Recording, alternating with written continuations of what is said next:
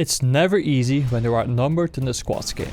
Having to fight over victory on your own against multiple enemies usually leads to defeat. But there is always a way out, so that you can come out on top, so that you can walk away with that chicken dinner. Today I will show you how you can turn a losing position into a winning position. You will have to become a ghost, you will have to cause confusion, you will have to put pressure on multiple enemies. In other words, you will have to become a tactical mastermind. Before we get started, let's go over the player profiles of all the remaining players who are left alive. That way you will know what you're up against. The first member of the enemy team is Trillos123. He has an M416 and a Kar 98K. He's wearing a level 2 helmet together with a level 3 vest. Georgi managed to find an SKS and a Scar L. He has a level 2 helmet and a level 2 vest. Finally, we have Yoki420 with an M24 and a Scar L. He is the one wearing the ghillie suit. Underneath that ghillie suit he has a level 2 vest, but he lost his helmet in another fight. Now, let's check out my team's loadout. I was armed with a UMP9 and a Mini 14. I have a level 2 helmet and a level 2 vest. My buddy, Adcode, is carrying a DP28 and a pistol. He wasn't able to get his hands on a second primary weapon.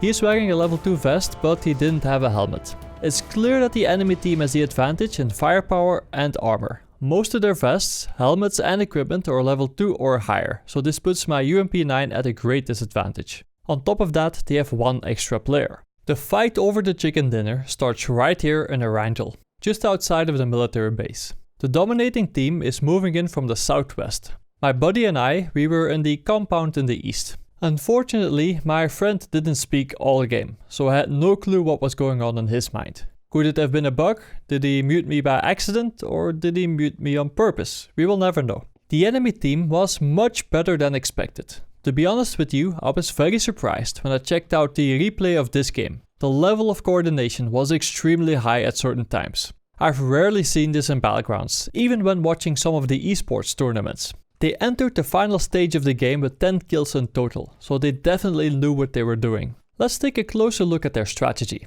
They are very close together when they come out of the military base. The first thing that you will notice is that they split up immediately when they start to move into that final circle. But look at how they move into that circle. Two guys, Trillos and Yoki, move forward, close to the wall, so that they can block us from entering the circle. This puts them in the best possible position. They have the tactical advantage. They have great cover behind the wall and they can easily shoot at enemies. The third guy, Georgi, he splits up.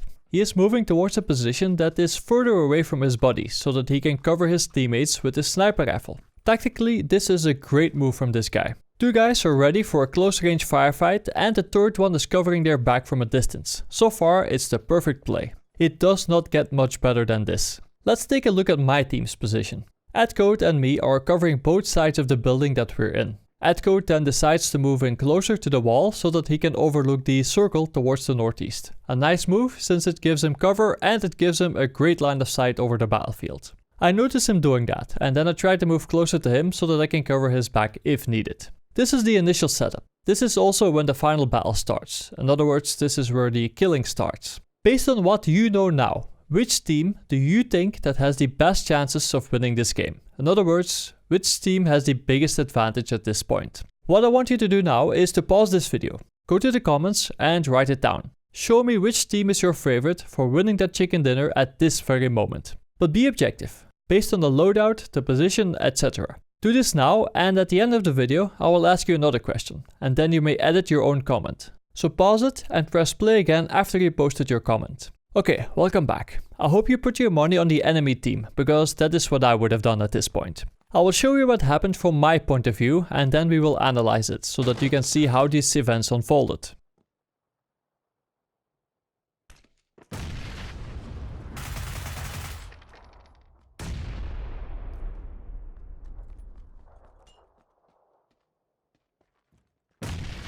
What you just saw was pretty straightforward. Trillos knocked at Code and he moved in for the kill and I then killed Trillos. But this is not everything that happened. There is a lot more to this scene than meets the eye. Let's take a closer look at Trillos and Yoki. Trillos moves into a superior position with Yoki standing right beside him. Trillos sees my body at Code, but pay close attention to Yoki. Even before Trillos opens fire, Yoki is already cooking a grenade. I don't know about you, but I have never seen people coordinating their attack so quickly as these two guys. It took them exactly 4 seconds from the moment that Trellis saw ad code until Yoki started cooking his grenade. This is extremely fast. Knowing that Trellis needs about 1 second to turn towards ad code. He took 2 seconds to explain where he was, and Yoki needed another second to figure out that he had to use his grenade. This results in a perfectly coordinated attack. As soon as Trellis sees his enemy again, he opens fire and he knocks ad code with a headshot. Yoki is able to throw his cooked grenade within 2 seconds after Trellis knocks ad code. Pretty impressive. His grenade didn't land in the perfect location, but it was definitely good enough to take away more than half of ad code's health, leaving me with almost no time to revive him. But there is a third guy still in play, isn't it? And that guy is Gregory. He heard Trellis as well, and he also decides to throw his grenades. But he doesn't aim directly at ad code. I don't think that this was a coincidence. I believe that he was throwing his grenades at the possible location of the last guy standing, which was me. Could I have been hiding where he was throwing his grenades? Yep, absolutely. Even if he didn't hit me, he took a chance, which could have worked out very well for them. But more importantly, he is adding to the pressure that their team is applying to our team. They want to have this win, sooner rather than later, and they're playing very aggressively in order to walk away with their dinner. The only mistake that they made so far was that Trellis got too eager, and he wanted to finish off ad code no matter the cost. And he got knocked because of his greed.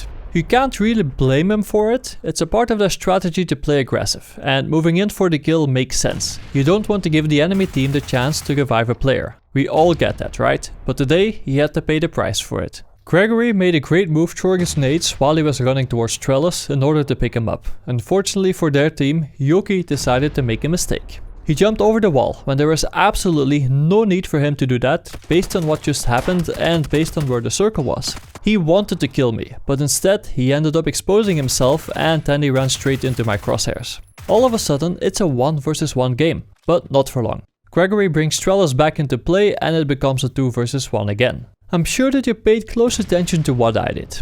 I knocked Trellis when they moved in for the kill. I knocked Yoki when they wanted to seal the deal, but every time I relocated, I kept on moving. I started out inside the compound. I then moved towards the left, but I still used the wall for cover. And now I'm moving towards the left again. I keep rotating. This is a very important part of my strategy. Movimiento es vida. Movement is life. Brad Pitt said it in World War Z and it is also applicable in PlayerUnknown's Battlegrounds. Most of the time, if you keep moving, you will live. Your chances will be better because you will keep the enemy guessing. In other words, be unpredictable and don't stay in the same spot for too long, especially when you're playing against a squad who can radio in your position, they can surround you and they will take you out easily. These guys were well coordinated, as you could have seen when the other guy was quick to prepare his grenade, which was meant to finish off ad code. So staying in the exact same spot would have led to my defeat. Reviving ad code would have been a bad idea. Running over there would have put me in a corner, with no chance to fight back. On top of that, the play area was about to shrink and the building was going to be outside of it. I could not afford getting caught outside of the play area, so I kept on rotating to the left. Doing this on its own wasn't going to be enough. I needed to cause confusion. I had to apply pressure on them. They still had the advantage because of their location and because of the fact that they outnumbered me. That is why I decided to throw a smoke grenade right after knocking Yoki. I threw it right in the center of the action because it would allow me to rotate around it. Doing this blocks their line of sight. It puts pressure on them. They did not expect this, so it startles them as well. This smoke grenade was crucial to my survival. For some very weird reason, Gregory decides to make the exact same mistake as Yoki, and he also jumps over the wall, leading to his defeat. Now, for the first time, I have the advantage. I turned a 3 versus 1 into a 1 versus 1. Now, I finally have the chance to win this game for my squad. But it's not over yet. I stick to my strategy by rotating around the smoke. I keep moving and I slowly start getting closer to the white circle. Yoki did something remarkable at the same time. First take a look at Gregory. He does what 99% of the gamers would have done. He got knocked, he crawled away in the smoke looking for cover, and then he wanted Trellis to pick him up. Trellis was tempted to do that, but he made the right decision not to, because there was no time. In the meantime, Yoki was doing something that I have rarely seen in a public game. It is something that you only see in esports games. He crawled towards me, out of the smoke, tracking me down, giving intel to his buddies. This is a great play. You make yourself useful even when you're knocked. He realized this pretty quickly after getting knocked, and he accepted the fact that he was not going to be revived. He sacrificed himself for the team, a very respectable thing to do because he gave valuable intel to his friends. This guy's reaction time is impeccable, better than most of us and much better than me, to be honest. He was lightning fast in getting his grenade ready, and he knew very quickly that he wasn't going to be revived and that he had to track me down. In a way, Yoki turned it into a 1.5 versus 1 fight. Gregory could have helped out doing the same thing, but he became pretty useless at this point. And now, the final play. The ultimate fight, mano a mano. But take a look at where I am. I am now in a superior position. In fact, I am in the same position as the enemy team when the fight began. Basically, we swapped positions. They are now on the wrong side of the wall, and they will soon find themselves outside of the blue zone. Trellis decided to fight. Trying to revive anybody wasn't an option anymore. He headed to where Yoki saw me last. Unfortunately for him, he made a few mistakes while doing so. He gave up his advantage by moving to the side of the wall that was going to be outside of the circle. But this meant that I now had the advantage. This is the moment when I hear Trellis' footsteps. I turn around and I aim at where I'm expecting him to show up. And there he is. We shot at each other, but it wasn't good enough to make a kill. I knew that the play area was going to force him to climb over the wall, leaving him exposed and unable to fight back. So I made sure that I positioned myself so that I could shoot Trellis when he was at his most vulnerable moment. He figured it out too late. The zone was already causing damage. He is now forced to vault over the wall, straight into my line of sight, and then he dies. Game over. 3 versus 1 and they lost their chicken dinner. Did they give it away, or was it tactics that got the better of them? You tell me. Share your ideas in the comments. What ruined it for those guys? What would you have done differently if you were them? And what would you have done differently if you were me? These were the strategies that I used to overcome a 1 versus 3 disadvantage.